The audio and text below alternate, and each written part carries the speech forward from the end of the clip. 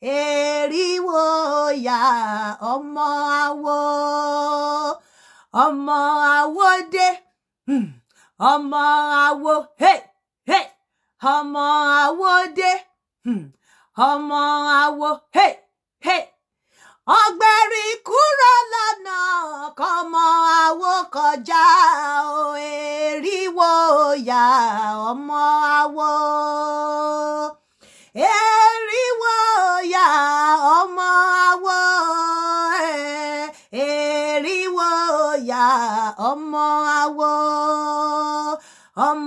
awo dé hey ọmọ awo hey hey ọgbẹ̀rì kúrò lọ́nà kọmọ awo kọjá o eriwo ya ọmọ awo. Ẹ káàárọ̀ gbogbo ẹ̀yin olólùfẹ́ Yinka TNT ẹ kú bójú ọjọ́ ṣe rí ẹ kú dédé ìwòye a kú oṣù tuntun otu ya tù wá lára o ẹ̀mí wa tó bẹ̀rẹ̀ náà ló máa parí ẹ̀. Ẹ mọ̀ pé tí nǹkan bá ń jẹ́ ràùnràùn báyìí táwa bá fẹ́ sọ̀rọ̀ sí a máa sọ̀rọ̀ sí ní sọ̀rọ̀ pé kó parí ni a ní sọ̀rọ̀ sí pé ká sì dojú ẹ̀rù torí pé èèyàn rẹ̀ là wá ìyá rẹ̀ ni wá kí nǹkan da là wá wà fún. Ọ̀rọ̀ kan jà rànyìnrànyìn láàrin bọ̀dá Yinka ayefele àti àwọn oníṣẹ̀ṣe. Bọ̀dá Yinka èèyàn mi ni wọ́n.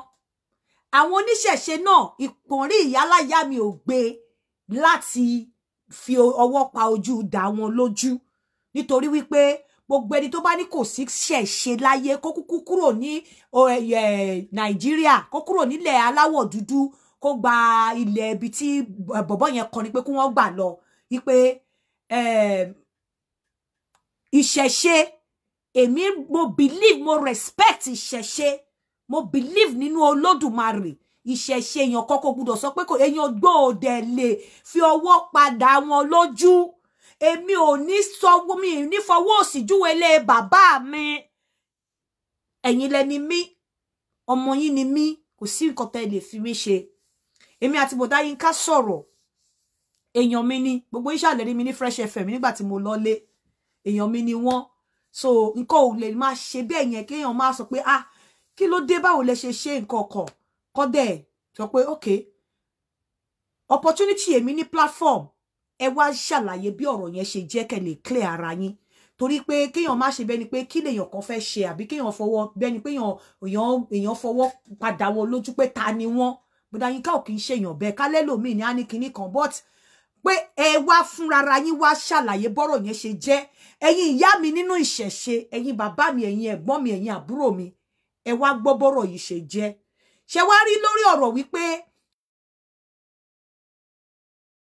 gbogbo èèyàn ṣe ń sọ ẹ jẹ́ kí n sọ fún yín ní NBC or any ilé ayé ló ní rules àti organization àti bọ́n ṣe ń ṣe the fact pé àwọn èèyàn míì ń ṣe iṣẹ́ bẹ́ẹ̀ yẹn tó wà sensitive wọ́n ń gbé ojú àwọn èèyàn jáde kò mí pé ó wà right wọ́n ní ó ní nǹkan tó ń pè ní confidentiality ó ní nǹkan tó ń pè ní dignity ó ní nǹkan tó ń pè ní integrity ó ní nǹkan tó ń pè ní risk assessment ó ní nǹkan tó ń pè ní stigmatization.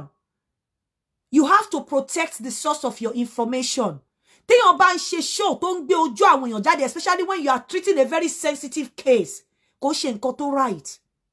The fact pé bóyá èèyàn ṣẹ̀ sí ara èèyàn àbó ṣẹ̀ sí èèyàn, ó lè má lè wúlò mọ́ fún èèyàn bẹ́ẹ̀ kò mí pé kò ní wúlò fún society mọ́. Kí ló ń pè wípé èèyàn reorientate èèyàn. Nígbà tó bá ní mo ma ti rí show tó ń ṣe tó máa ní bàbá bọ́mọ sùn wọ́n á dẹ̀ gbójú ọmọ yẹn jáde wọ́n á gbójú bàbá yẹn jáde.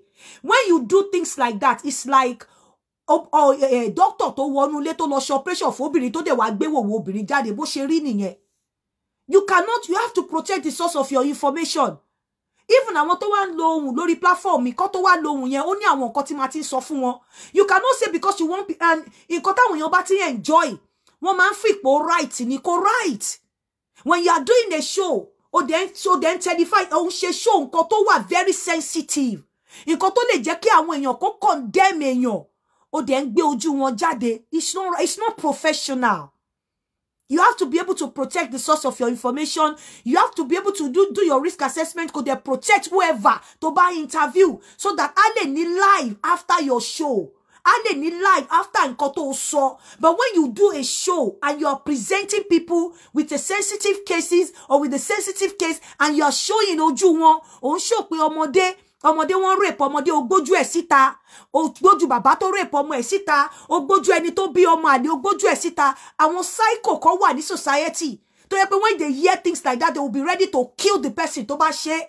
You are doing it in such that táwọn èèyàn bá ti kúrò níbi tó ti ṣe interview, káwọn dẹ̀ lọ kú àbí kí wọ́n lọ pa wọ́n. You don't do things like that. It's wrong. And the fact that ayefele ò ṣe kò mí pé bóyá wọ́n right, or ẹrẹ́yàn tó ń ṣe kò mí pé èèyàn yẹn ló right. It's wrong. It's in all ramification. It's totally wrong.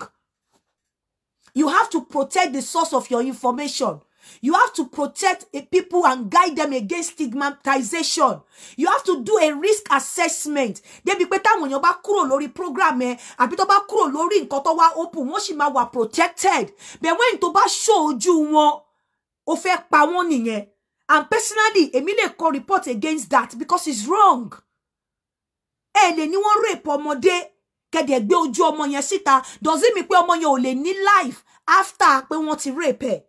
Lè léyàn bímọ, ó bí gbogbo ọmọ àlè, ẹ ṣe DNA ọmọ àlè lọ́mọ ẹ wá gbé ojú obìnrin náà síta. Does it mean pé after tó ti yẹn kò lè ní new life mọ́, kò lè fit in into society mọ́?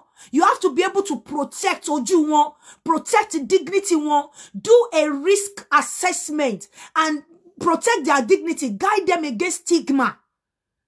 Gbogbo àwọn nǹkan tá ń rí. Torí one of the things tí bọ̀dá Yinka ṣe fẹ́ get into trouble ni pé àwọn bàbá mi àtàwọn ìyá mi nínú ìṣẹ̀ṣe àtàwọn àbúrò mi àtàwọn ẹ̀gbọ́n mi wọ́n ní kí wọ́n gbé ojú ẹni tí wọ́n interview síta. The fact pé bọ̀dá Yinka ò ṣe, bọ̀dá Yinka ló ń ṣe nǹkan tó right. Because irú nǹkan báyẹn sì ẹ lè imagine bínú ṣe ń bí àwọn bàbá mi. Àwọn bàbá tó tiẹ̀ sọ̀rọ̀, àwọn bàbá lálùbáríkà tó sọ̀rọ̀ gan. Àwọn bàbá yẹn lè má ṣe anything. Àwọn ìtaná Ọlọ́run gbogbo wọn tó sọ̀rọ̀ yẹn. Inú ò lè bí wọn débi pé wọ́n fẹ́ ṣe ibi. Bí àwọn èèyàn kan lè pamọ́ sí abẹ́ wọn kó lọ ṣèkà fún ẹni tí wọ́n interview yẹn. And that is why you have to protect people. When you are interviewing people, especially on this, you are doing a very sensitive case. If you are really a truly professional and trained person, you have to protect the source of your information. Protect their dignity. Protect their, their pride, confidentiality. Protect them. Make sure pé wọ́n sì máa wúlò nínú society after your interview. Do your risk assessment. Má ṣe interview dé pé tó bá ti bọ́ta kúrò níbi tó ti ń ṣe interview. Wọ́n dẹ̀ ti wà condemned by the society. People around them will condemn. Ìyẹn go sáré pa èèyàn tẹ́ interview ju ikú lọ. Interview ọmọdé minor ẹ gbé ojú ẹ̀ síta. Pé bàbá ẹ̀ bá sùn. Wọ́n rape bàbá ẹ̀ fún lóyún, ẹ̀dẹ̀ ń gbé ojú ẹ̀ síta. Ẹ̀dẹ̀ ń gbé ojú bàbá yẹn síta. Ẹlẹ́hà tó wá sọ̀rọ̀ threesome lórí platform mi. Imagine kí ojú ẹlẹ́hà yẹn wà ńta wọ́n ti pàdánù. Ẹlẹ́hà yẹn ti kú sí. Ọmọ tí àbúrò, ọmọ tí bàbá ẹ̀ tí ọmọ tí lady tí ẹ̀gbọ́n ọkọ ẹ̀ fún lóyún tó bímọ fún. Tí ọ̀rẹ́ ọkọ àti kíní jọ ń bá sùn nínú pálọ̀ tẹ́ bá rántí tí bá gbé ojú lady yẹn síta wọ́n á ti pa nísìn. There are a lot of things tó máa happen tó wà very sensitive. It gives you out wípé you're not professional. You're just semi-skilled. When you do things like that, when you are presenting a sensitive case and you are presenting the face and you're not protecting the dignity, you're not protecting the person, you're not carrying out your risk assessment, you're not doing health and safety, and you're just presenting people they showed you one, you're not even thinking about the stigmatization, you're not thinking about reorientation, you're not thinking about how those people will feel in the society when you have exposed them. It does not make you a professional. So ẹ̀yin ìyá mi, ẹ̀yin bàbá mi, mo máa pe bọ̀dá Yinka wọlé. Ẹ lè gbọ́ láti ẹnu wọn bí ọ̀rọ̀ yẹn ṣe ṣẹlẹ̀. But pé wọn present ojú ẹjọ́ nítorí Ọlọ́run. Professionalism. Ó yẹ kó máa tẹ́ bá rí èèyàn tó ń protect ojú kò mí pé wọ́n right o. I'm telling you, because there are things that you will do that will get you into trouble nínú ìlú yìí. Ẹni pé ngba bí tí bá fẹ́ play ohun ọmọdé man sáré tí ó bá ti jẹ́ pé nǹkan tó wà sensitive man sáré gbé kúrò. There was a time tí ìyàwó ọkọ obìnrin kan tí ọkọ ẹ̀ ń molest ọmọ kan. Ọmọ yẹn ti pé 16. Nígbà tí mo ń play àwọn èèyàn ní kí sáré lọ yọ because tí ọlọ́pàá bá gbọ́ pé ohun ọmọdé mo lè get into trouble. Wọn ò ní wò pé mo fẹ́ ṣoore mọ́. You have to protect your source of information by protecting the face. Because ẹ kò máa rò bóyá ẹ ti gbé àwọn èèyàn ní open up. Because most of these people tójú wọn jáde tó bá jẹ́ pé wọ́n mọ̀ pé bó ṣe máa rí nìyẹn wọn ò ní wá in the first place. Maybe you're cajoling them, maybe you're giving them stipends, but wọn ò ní wá. But when they come tó wá rí ojú wọn ta, nobody will like it. And ní máa rí àwọn èèyàn ní máa open up more. When you keep doing that, wọn ò ní wá láti wá open up fún yín. You have to protect the source of your information and do your risk assessment before you present. When you present, protect ojú àwọn èèyàn. Ẹ má jẹ́ ká máa wà selfish nítorí pé we want people to like us, or we want people because nǹkan tẹ́ bá present fáwọn èèyàn làwọn èèyàn máa like.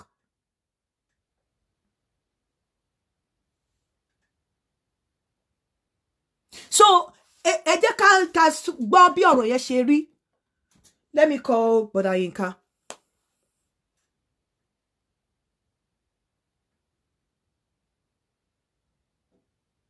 Ẹ jẹ́ ká gbọ́ bọ́rọ̀ yẹn ṣe rí látẹnu wọn.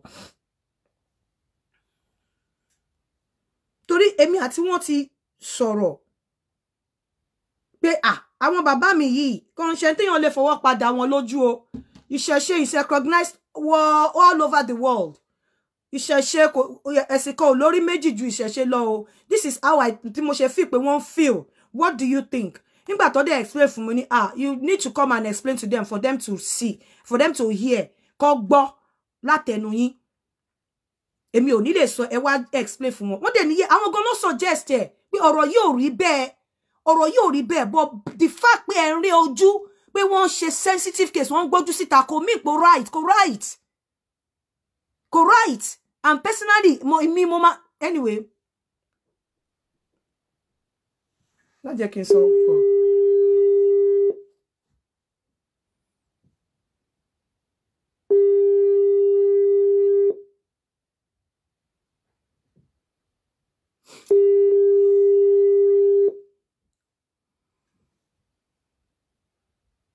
Right. Hello. Hello, Bọ̀dá Yínká, ẹ káàárọ̀ sir. Ṣàlàáfíà lẹ wà? Yínká báwo ni? Mo wà o. Mo fẹ́ kẹ́ explain nǹkan tó ṣẹlẹ̀ because just like mo ṣe bá yín sọ pé àwọn oníṣẹ̀ṣe everybody wọ́n para. So ẹnu oníkàndẹ̀ là ń gbọ́ pọ̀. Mo kàn fẹ́ kẹ́ jẹ́ káwọn èèyàn mọ̀ what happened. Nǹkan tó ṣẹlẹ̀. Then wọ́n ní kẹ́ gbé ojú nǹkan síta. Is there any òfin tó guide yín láti má lè present ojú àwọn èèyàn? So but ẹ kọ́kọ́ explain nǹkan tó ṣẹlẹ̀ náà. Ṣégun Yínká, thank you very much. Well, fún àwọn tó ń gbọ́ for the first time. Ẹ dárúkọ yín, orúkọ mi ni Yinka ayefele, olórin tí mò ń kọrin gospel music, and as well as a broadcaster, a trained journalist. I've been in mo ti ń kọrin, mo ti ń sọ̀rọ̀ lórí rédíò kó tó di pé mo bẹ̀rẹ̀ iṣẹ́ orin. Iṣẹ́ rédíò ló sọ mí di olórin. Radio Nigeria Ìbàdàn ni mo ti bẹ̀rẹ̀ ní 1989 gẹ́gẹ́ bí oníròyìn àti agbóhùnsáfẹ́fẹ́. Mo dẹ̀ mọ òfin tó de à ń sọ̀rọ̀ lórí rédíò. Mo mọ òfin tó rọ̀ mọ́ iṣẹ́ ìgbóhùnsáfẹ́fẹ́. Kó tó di pé rédíò ya bó ṣe yà ọdún 7 ni mo fi vie fún àti gba license kí n tó lè bẹ̀rẹ̀ rédíò. FRCN, Federal Radio Corporation of Nigeria Training School lẹ́kọ̀ọ́ ni mo ti gba ìtọ́ni gẹ́gẹ́ bí agbóhùnsáfẹ́fẹ́. Now, ìgbà tí mo máa bẹ̀rẹ̀ iṣẹ́ rédíò ti tèmi personally, mo bẹ̀rẹ̀ látòrí internet. Àwọn ará ìlú òyìnbó lè attest sí pé I'm the first Nigerian láti bẹ̀rẹ̀ internet radio ní Nigeria. And nípa oore ọ̀fẹ́ Ọlọ́run mo ní gbogbo àwọn tí mo lè tọ́ka sí pé èmi ni mo bẹ̀rẹ̀ rédíò wọn.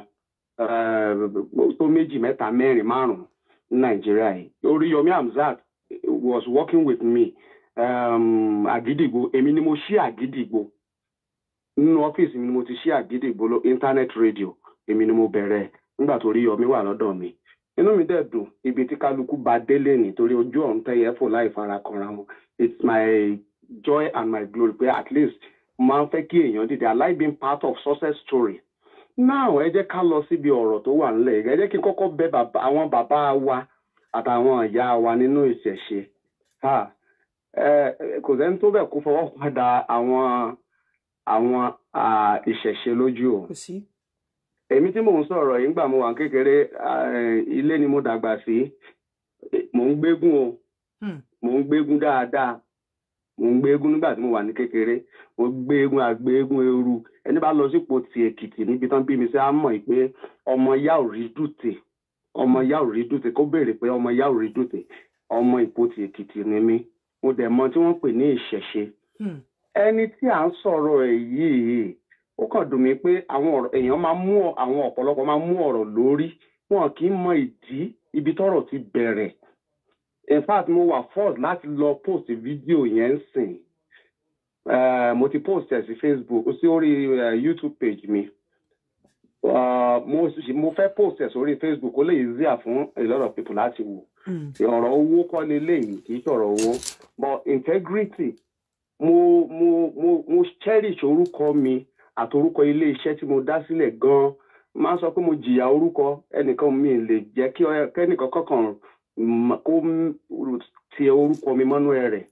And ẹ bá ṣàkíyèsí mo máa ń sá fún scandal gan rẹ̀ lè sọ pé wọ́n sọ̀rọ̀ Ayéfẹ́lẹ́ wọ́n ṣe kí nìkan yàtọ̀ fúngbà tí Erelú tí mi ò rí rí táàjọ sọ̀rọ̀ rí tó sọ pé òun lòún mú mi lọ síbi tí mo ti mo ti ní accident. Mo dẹ̀ confront ẹ̀ níbo la ti ríra rí níbo la ti pàdé rí. Mo gbàgbọ́ wípé nǹkan tí n bá máa jẹ́ láyé àti kọ́ látọ̀run ibi tí mò ń lọ. Now kó tó di pé mo wá di nǹkan tí mo dà lénìí. Now let me tell you the story of Ọpẹ́yẹmí. Program tẹ́ gbọ́ yẹn Ọpẹ́yẹmí ni mò ń pè lórí rédíò. Gbogbo radio stations mi pátápátá ni Ọpẹ́yẹmí ti ń lọ. And story ara mi ni mo fi bẹ̀rẹ̀. Kí ló ń jẹ́ Ọpẹ́yẹmí? Àwọn tó ti la ikú kọjá rí, tó ti la oríṣiríṣi kọjá rí, tó jẹ́ pé mo ti gbé ẹni tó ti kú fún ọjọ́, ẹni tí mo gbé wá 2 weeks ago, ó ti kú, wọ́n ti ẹ̀ ń bá àmọ́ ẹ̀. Ó tó di pé wọ́n fi trọ́lí gbé lọ. Ó wá já ìka ọmọ dídìrín ẹ̀ wá mì. Ó wá nọ́ọ̀sì tó ń tì lọ ó jùlẹ̀ pé òun ò ríbi tó ọwọ́ òkú ti mì rí. Wọ́n ti fi òwú sí nímú lẹ́nu o.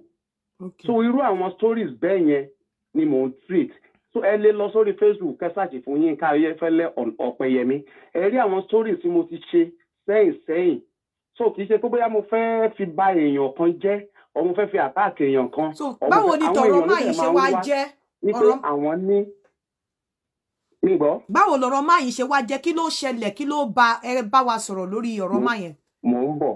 Àwọn èèyàn ló máa ń wá pé àwọn ti la ikú kọjá o ibi táwọn dérè nǹkan tó ibi káwọn tó di pé àwọn ní ìtúsílẹ̀ ó yẹ káwọn ti kú ṣùgbọ́n àwọn ò kú. Ẹni tí mo gbé wá sí orí rédíò yìí ọdún 4 tó ti wà ní sẹ́mínárì nìyí tó ń kẹ́kọ̀ọ́ nípa iṣẹ́ ìránṣẹ́ iṣẹ́ ìhìnrere.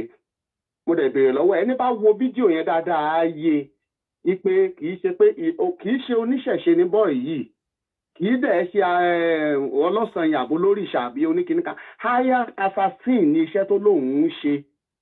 Bẹ́ẹ̀ nǹkan tó ní òun ṣe àwọn ibi tó ti lọ ṣoògùn ló sọ. Ó lóun ṣe òògùn ní Tápà, òun ṣe òògùn ní Ṣakí, òun ṣe òògùn ní kinní kan. Èyí tó lóun ń lo eléyìí tó sọ yìí fún ni àpáyọ. Ó ní ibi tán bá 3 ló ti kú rí tó jẹ́ pé tó bá ti kú á padà jí. Ó lóun á padà jí. Mo dẹ̀ béèrè gẹ́gẹ́ bí òfin iṣẹ́ yìí. Ṣé mọ̀ pé kò sí Facebook nígbà tá ó dẹ̀ wà ní NBC code àwọn tó ń control wa. Ó ní àwọn nǹkan téèyàn wọ́n ń pè nǹkan kan ní NTBB not to be broadcast. Àwọn nǹkan kan wà téèyàn ò lè sọ lórí rédíò. Ṣé pé ẹni tí ò bá mọ̀ òfin yẹn wọ́n máa ń fàìn ẹni. Ìgbà tí Facebook dẹ̀dẹ̀ tó ti di pé kò sí nǹkan téèyàn ò lè fi hàn lórí Facebook. Ẹni bá mọ̀ mí dáadáa tó bá ń wo Ọpẹ́yẹmí màá kọ́kọ́ béèrè lọ́wọ́ àlejò tí màá gbé wá pé ǹjẹ́ ẹ fẹ́ ká fojú yín hàn? Ẹni bá lóun fẹ́ à fojú ẹ̀ hàn. Ẹ̀ẹ́dẹ́ bá dẹ̀ lọ gbọ́ fídíò yìí mo ní ǹjẹ́ ẹ fẹ́ kí n fojú yín hàn? Ó ní tó bá tó àsìkò lóun fúnra wọn á jáde. Ó ní ọ̀pọ̀lọpọ̀ lòun fẹ́ kó mọ òun. Ó nítorí òun fẹ́ káwọn èèyàn kẹ́kọ̀ọ́ wípé tẹ́ bá lọ gbọ́ fídíò yẹn níparí ẹ̀ mo ní kí làmọ̀ràn ẹ̀ fún àwọn èèyàn. Ó ní ó bẹ́tà kéèyàn má dáwọ́lé ju kéèyàn dáwọ́lé nítorí gbogbo nǹkan tó ń kó jọ àtìgbà tó ń ṣe ayé assassin àtìgbà tó ń ṣe kinní kan nǹkan tó ń kó jọ ó ní kò sí nǹkan kan tó ń ní mọ́ ó ní ilé 3 ló ń kọ́ ó lóun ti ta àwọn ilé yẹn láti kó fún àwọn ọmọ aláìníyàá.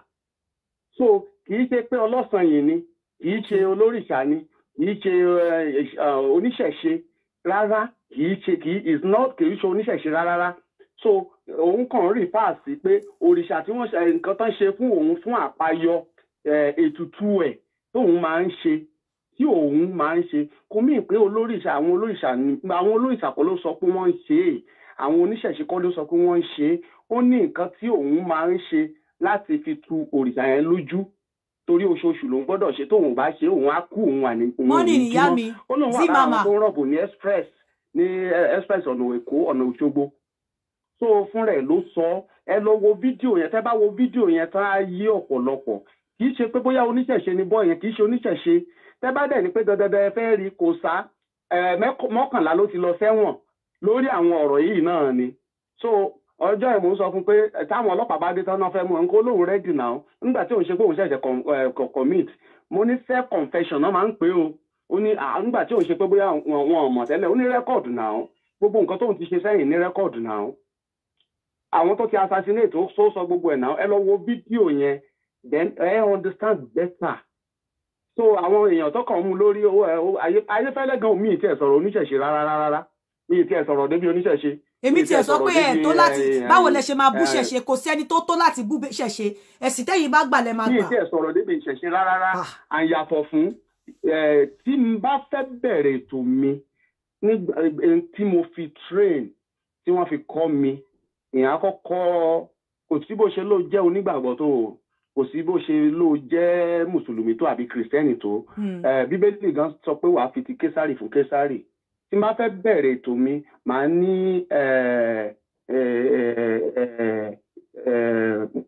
onílé ẹkú ilé ìrọ̀lẹ́ lẹ́mu bóde kí n má bàa ṣílẹ̀ tẹ̀ ajá òṣùpá ni mí tí mò ń bóde fún ọlọ́run ọba ìbà olúwa ìbà ẹ̀yìn èèyàn ìbà ọ̀sẹ́ rẹ̀ nìdídógún tá a fi dálẹ̀ odò àìbí omi ti ń ṣe wẹ́rẹ́wẹ́rẹ́ panátẹ́ni ni omi ti ń jómọ lọ́wọ́ jẹjẹrẹ pẹ́ẹ́tẹ́ ọwọ́ ìbà tẹ́ dé àtẹlẹdẹ́sẹ̀ ìbà kíre òní kójọ mọ́ wọ̀ wá lẹ́wọ́ àtàtà mo mọ nǹkan tí mò ń sọ ìyẹn ò mí pé bóyá mi ò gba Jésù mi ò ń ṣe Christian mọ́ I know what I'm doing and I know how I started my career. èèyàn gbọ́dọ̀ gbé tí wọ́n bá wo ẹgbàgbé bó ṣe ṣẹlẹ̀ èèyàn gbọ́dọ̀ sọ pé tí wọ́n bá wo.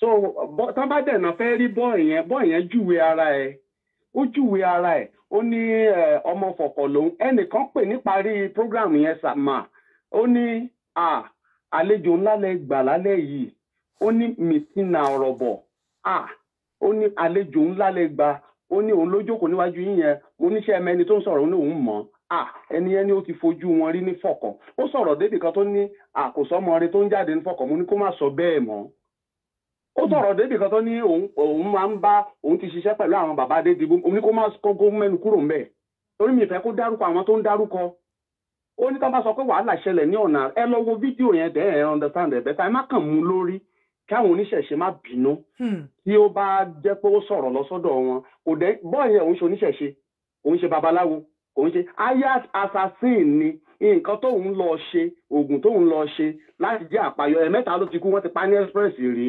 ó ti kú rí ní ọ̀nà àrà bí nǹkan dẹ̀hún ó tún ti kú níbì kan rí ẹ̀mẹ́ta ló ti kú rí tó dẹ̀ jẹ́ àpáyọ nǹkan tó ń ṣe fún yẹn òrìṣà tó ìfà òun lóun fẹ́ fi hàn mí lórí ó lóun fẹ́ fòrìṣà yẹn hàn mí lórí fóònù mo ní mi ò wò mo ní kó má fi hàn mí. so wọ́n bá fẹ́ rí kò ń ṣe ẹni tó wà hidden in tó ti ṣe sẹ́yìn ní ọdún kẹrin rẹ̀ tó ti fi ilẹ̀ tó lóun ò ṣe mọ́ but like you said ṣẹ́rú stigmatization yìí bọ́ọ̀ yìí ó má padà sí ibi àárọ̀ ó bá tún padà sí gbòòrò. exactly they bá stigmatize ẹ̀ nǹkan burúkú ni. they bá stigmatize ẹ̀. in fact a gbọ́dọ̀ encourage ẹ̀ láti tún sọ pé ó padà sẹ́yìn àdúrà tí mo dẹ̀ ṣe fún níparí nìyẹn pé Ọlọ́run ní jẹ́ kó padà sí ibi tó ti. lára àwọn nǹkan tó dẹ̀ encourage èèyàn ni wípé tẹ́ bá ti gbójú ẹ̀ síta á wò pé everybody ti mọ̀ á dẹ̀ dá mẹ́ ara àwọn nǹkan tó máa encourage àwọn èèyàn àbí mo parọ́ bọ̀dá Yínká. ó tọrọ ni òfin tó tiẹ̀ dé iṣẹ́ wa yìí nìyẹn iṣẹ́ ìgbóhùnsáfẹ́fẹ́ Facebook ló bà gbogbo nǹkan jẹ́ Facebook ló bà gbogbo nǹkan jẹ́ àti TikTok àti nǹkan ẹlòmíì rò pé tóun bá ti gbé ojú èèyàn sí ọ kó bá ti èèyàn kan jẹ́ láti fi make orúkọ ẹ̀, láti fi trend. It is never done. O lè ba èèyàn jẹ́ kó fi trend now. O lè ba ìmọ̀lẹ́bí àbí ìgbésí ayé èèyàn kan jẹ́ láti fi trend. And torí pé tẹ́ bá wo lọ wo page mi lórí TikTok kò ní viewers torí pé mi ò ń gbé gbogbo irú eléyìí sí. Mo wà force láti post ẹ̀ ni. Mi ò ní post gbogbo irú àwọn nǹkan báyìí. You can't be ó ti wà too sensitive láti gbójú síta jù. It's wrong. It's not professional. You need to think about stigma when you are presenting. Mo sọ fún bọ̀ yẹn mo ní ṣé ó fẹ́ kí n gbójú tó bá sọ pé ó ní tó bá tásìkò lóun fúnra wọn gbójú síta ó dẹ̀ sì mí ni ẹ̀ ó ní nǹkan tóun ti ṣe sẹ́yìn ló lóun torí pé òun fẹ́ kí àwọn èèyàn má ṣe pé ìgbẹ̀yìn ẹ̀ ò dáa nǹkan tó sọ nìyẹn is very simple. So mi ò bú oníṣẹ̀ṣe èmi ò tiẹ̀ sọ̀rọ̀ oníṣẹ̀ṣe rárá mi ò bú oníṣẹ̀ṣe mi ò tiẹ̀ sọ̀rọ̀ babaláwo mi ò sọ̀rọ̀ oníṣègùn mi ò sọ̀rọ̀ oníṣẹ̀ṣe mi òun ló sọ wípé àwọn nǹkan tóun ti ṣe sẹ́yìn especially torí àpáyọ ẹni bá kú kó tún padà jí àwọn náà àwọn àgbààgbà mọ̀ nǹkan tí mò ń sọ yẹn àwọn tẹ́lẹ̀ àwọn bá dẹ̀ mọ̀ pé bọ́n ṣe ń ṣe àpáyọ á mọ̀ pọ́n ṣe ń tù ú èmi ò ṣàpáyọ rí mi ò mọ̀ bọ́n ṣe ń tù ú òun ló sọ nǹkan tóun sọ ni èmi kọ́ ni mo sọ ó ní wọ́n ṣe fún òun nílẹ̀ tápà náà ti ṣe fún òun tí àmì ó lè gbórí ìṣàwá láti bẹ́ẹ̀ ní wu àná kó sọ pé ibẹ̀ náà ti ìgbà tó ṣe fún òun tán lòun bẹ̀rẹ̀ sí ní tù àṣà ní nǹkan tó fi ń tù àìmọye àwọn tó ní oríṣiríṣi sínú ilé tó fi ń tù so nǹkan tí kálukú bá jẹ ló máa yó èmi ò ń ṣe ẹni tó máa tàbùkù ìṣẹ̀dálẹ̀ mi láéláé ìṣẹ̀dálẹ̀ mi ò lè ta ṣẹ̀dá mi ò lè tàbùkù ìṣẹ̀dálẹ̀ mi tàbí kí n sọ̀rọ̀ sí ìṣẹ̀dálẹ̀ ìṣẹ̀ṣe láéláé kò possible mi ò lè ṣe é. Ẹ ṣé o bọ̀dá Yinka ẹ dẹ̀ kí ara yín pé ẹ̀yin gan náà ẹ involved nínú anything ritual pé ṣé mi náà pé kẹ́ clear ara yín. ọjọ́ tí n bá ti darapọ̀ mọ́ ritual ṣètùtù ṣẹbọ irọ́ ẹ má lọ sí ọ̀nà yẹn o ritual burúkú èèyàn lè ṣẹbọ tó bá ní láti ṣẹbọ láti tún nǹkan. alátẹ̀bọ̀tẹ́ Wùmí Yínká I don't go to orí òkè yàtọ̀ fún bẹ́ẹ̀ pè mí pé ní kí n wá lọ gbà pé mi kí n wá kọrin mi ì ń lọ orí òkè mi ì ní wòlíì wọn ríran sí mi bí mo ṣe wà yìí mi ṣẹbọ ṣùgbọ́n against anybody.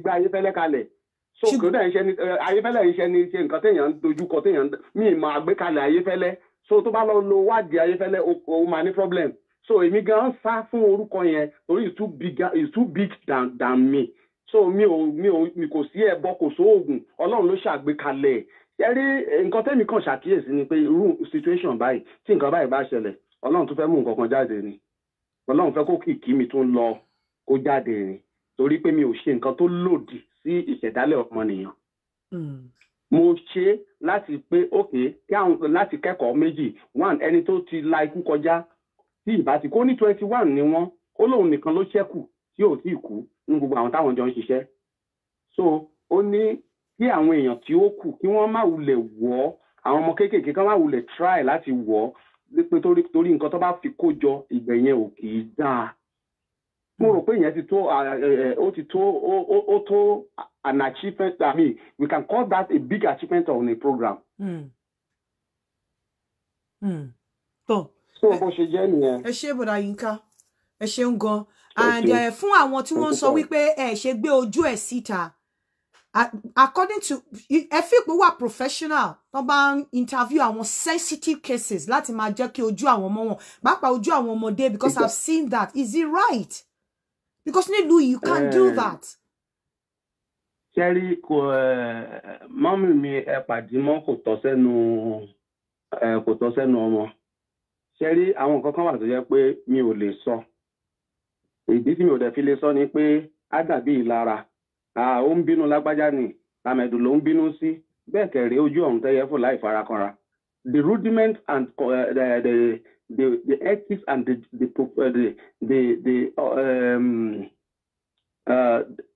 job the rudiment and everything about this job is well known to me iṣẹ́ yẹn yé mi dáadáa tó bá fẹ́ ṣe interview fún yàn especially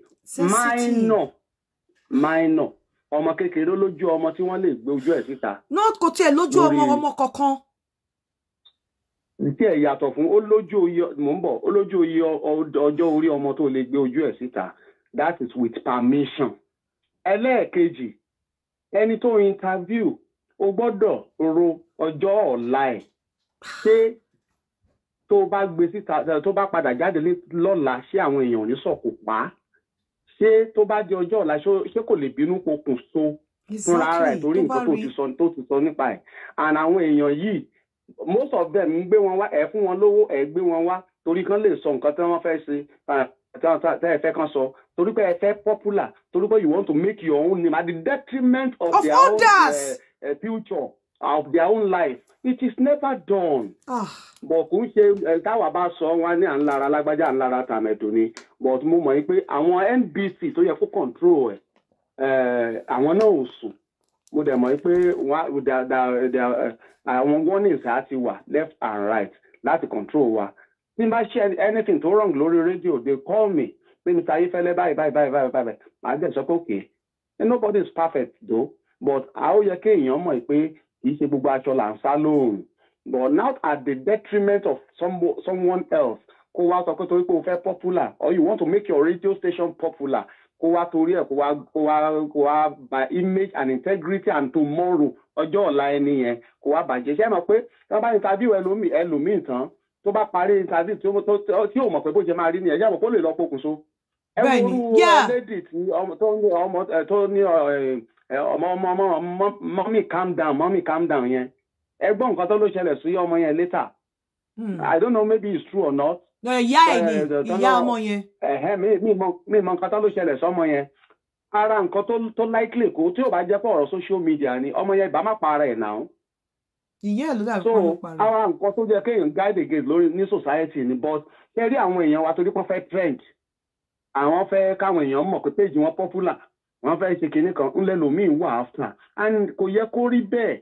Because integrity and detriment at the detriment of someone else's image ni. It is never done. Tẹ́ni tó bá fẹ́ interview bá agree pé kó gbójú síta àwọn tó jòun ló sọ pé ẹ gbójú síta mo fẹ́ káwọn èèyàn rí. Àwọn èèyàn ti wá sórí program mi tán sọ pé àmú fẹ́ káwọn èèyàn mọ̀ wípé Ọlọ́run dára sí mi Ọlọ́run ṣe tóbi tó nìyí ẹ̀ka mo wo ẹni tí Ọlọ́run ò pa ẹ gbé ojú mi síta ẹ ṣe kinní kan. At times ó máa wrong. No, ẹ̀yin lẹ máa explain fún wọn because at that time I won't talk on impulse ni wọn mọ implication ẹ̀ years to come. So that is why you are a professional. That is why you are there to counsel them, to talk to them. But come, don't do this.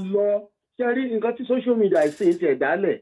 A ní pé bẹ́ẹ̀ ló ṣe wà láyé àwọn bàbá Awólọ́wọ̀ ni kì í ṣe nǹkan tá a báyìí la máa bá. Ṣẹ́rí generation tó ń bọ̀ èpè náà máa fi ránṣẹ́ sẹ́lòmíì wa o. Èpè. Because nǹkan tẹ́lòmíì ti post orí social media tí ò yẹ kó gbogbo orí social media tó jù ò gbọ́dọ̀ rí láyé àwọn bàbá wa nígbà táwa ń dàgbà tá a gbọ́dọ̀ rí tí ò gbọ́dọ̀ jáde síta. Náà sọ pé náà tọ́ ẹ̀dẹ̀yàn afẹ́ sọ tá a dọwọ́ bò lẹ́nu. Gbèsè sìn kò nítumọ̀ mọ́. Ó tó bá tẹ̀ jẹ́ kó sọ́nù yàrá ọ̀dọ̀ ẹ̀ fóònù ti bàjẹ́. A sọ a tún post ẹ̀ sórí social media. And tó bá ti gorí social media ó ti stick síbẹ̀ for life nìyẹn. Ẹlòmíì á gbé á post ẹ̀. So post ẹ̀ sórí status ẹ̀ lásán ẹlòmíì á gbé abẹ́ post ẹ̀ nǹkan bíbi tó sọ dé tó gbèdé abẹ́ gbèdé bẹ̀. So mo rò pé àti control ẹ̀ lè ibùbẹ̀ ẹlẹ́ẹ̀kọ́ lẹ́tà síjọba ìjọba àwọn gan fèsì títí wọn pẹ̀lú social media. So I think àwa la máa bára wa sọ̀rọ̀ gẹ́gẹ́ bí ọmọ Yorùbá àtàtà. You need to think about the lives of those people you are presenting. Báyìí ló ṣe yẹ kó rí gẹ́gẹ́ bí a trained ọmọlúwàbí tí Yorùbá ń pè ní ọmọ tí olú ìwà bí. Ìwọ ló máa mọ̀ pé kò yẹ kó rí bẹ́ẹ̀ kó wọ́n ń ṣe bẹ́ẹ̀ kò yẹ kó jẹ́ bẹ́ẹ̀ kó wọ́n ń ṣe bẹ́ẹ̀. Then èèyàn gbọ́dọ̀ gbàgbé ìṣẹ̀ṣe àti orísun ẹ̀yìn ò mí pé bóyá ó ń bọ́gi ó ń bọ̀ pé ó ṣe kí ni tó. No, ó gbọ́dọ̀ fẹ́nu tẹ́ńbẹ́lú wọn àbí bẹ́ẹ̀ fẹ́nu bá nǹkan tó ń ṣe jẹ́ kálukú ló mọ ohun tó ń pè tọ́lọ́run fi ń dáhùn lóhùn náà. Èmi ò tiẹ̀ gbọ́dọ̀ bàṣẹ ṣe jẹ́ mo love wọn dákú. Èmi tí mò ń lọ Brazil lọ́dún yìí mo lọ bá wọn ṣọdún òrìṣà yín tó bá kalẹ̀ nù máa rò. So nto kálukú ṣe yé o. I next year. Mi ò bú ṣẹ̀ṣe o. Èmi gan ò tiẹ̀ sọ̀rọ̀ ṣẹ̀ṣe rárá. Mi ì dẹ̀ sọ̀rọ̀ àwọn olórìṣà rárá. Mi ò bú olórìṣà, mi ò bú ọlọ́ṣun, mi ò bú oníṣẹ̀ṣe, mi ò bú babaláwo, mi ì pé awo lékè, mi ò pé ọ̀gbẹ̀rì lólè, mi ò tiẹ̀ sọ̀rọ̀ lọ́bẹ̀ rárá. In tó bá èmi ò ju pé àwọn tó ti lakú kọjá tí Ọlọ́run kó yọ tí wọ́n padà wá dúpẹ́. Ọpẹ́yẹmí wà fún nìyẹn. Ẹ lọ sórí Facebook, ẹ search Yinka Ayefele Ọpẹ́yẹmí. Ẹ rí àwọn stories tí mo ti ṣe sẹ́yìn. Ẹni tí wáyà tí ò nímú, tí ò lójú, tí ò lẹ́nu, tí wáyà iná jálù. Bọ̀bọ́ yẹn sì wà ń bàdàn dé sí i. Ṣé irú ìyẹn ó ń gba ayé, ṣé kò yẹ kó dúpẹ́? Ó wá dúpẹ́ náà. Ẹnìkan ni mo gbé wá bí last month tó sọ pé over 4,000 èèyàn mà lòun ti pa. Wọ́n máa sọ̀rọ̀ lórí ìyẹn. Kò sẹ́nìkankan tó jáde lórí ìyẹn. Tó ní òun lòun máa ń da ọkọ̀ òun lọ́nà Èkó ìsọ́nà Ìbàdàn. Nú òkun Èkó yìí ló ti lọ gbàgbára títí ẹ. Kó tó di kó padà bọ̀ lóun bá Jésù pàdé. Kò sẹ́ni tó sọ̀rọ̀ nípa ìyẹn. Mo pé ìyẹn ò rí ní tánìṣí méjì àwọn olórìṣà. Nǹkan eléyìí sọ pé òun fèèyàn bọ òrìṣà kan tó jẹ́ kí wọ́n bínú nìyẹn, but nísìnyí tẹ́tí explain tẹ́tẹ̀ ti apologize. Mo mọ̀ pé ẹ rí pé àwọn ẹlẹ́sìn yẹn in fairness to wọn ń ṣe oníjàgídíjàgan. Àwọn ẹlẹ́sìn ìṣẹ̀ṣe wọn ń kọjá àyè wọn ò ní ta sí ẹ tó bá ta sí wọn. Tó bá ní kẹ̀sìn wà peaceful, àwọn yẹn gangan náà represent the peacefulness. Wọn ò ní ta sí yín, wọn ò ní sọ nǹkan tí ò yẹ kó sọ torí pé lè get to them pé bí ò ṣe dáná ṣe jáde, otherwise wọn ń fa wàhálà o. Wọn ń fa wàhálà kò ṣe pé bí mo fi ń wojú re o. Bọ́dà Yinka. Yes. So, thank you very much. Wọ́n ti gbọ́ yín sir. All right, sir. Yes, sir. So, ẹ̀yin bàbá, ẹ̀yin ìyá, wọ́n ti ní kẹ́ má bínú. Ẹ má bínú, wọ́n ti explain bó ṣe jẹ́ fún yín. And tẹ́ bá ní pé kí wọ́n ṣe rí, tẹ́ bá rí bí tí wọ́n ti ń gbójú síta or anything, it's very wrong. Because whatever you are doing in life, you need to do your risk assessment. Even táwọn èèyàn bá mi pé kí n gbóhùn wọn síta, àti ráwọn tó ẹ pa àwọn ló ní kí n gbé ohùn àwọn síta o. Láftà torí tí kinní yẹn lọ viral, wọ́n tún padà wá bá mi pé kí n bá wọn yọ. Àwọn ló ní kí n gbé síta, ìmí máa ṣagídí, ìmí máa dẹ̀ yọ. Màá ti sọ fún wọn pé implication rẹ̀ bí wọ́n ní kí jẹ́ káwọn kí jẹ́ kó gbọ́. Màá dẹ̀ pàpà, ìmí máa yọ, ìmí máa ti gbàgbé. Ó wrong.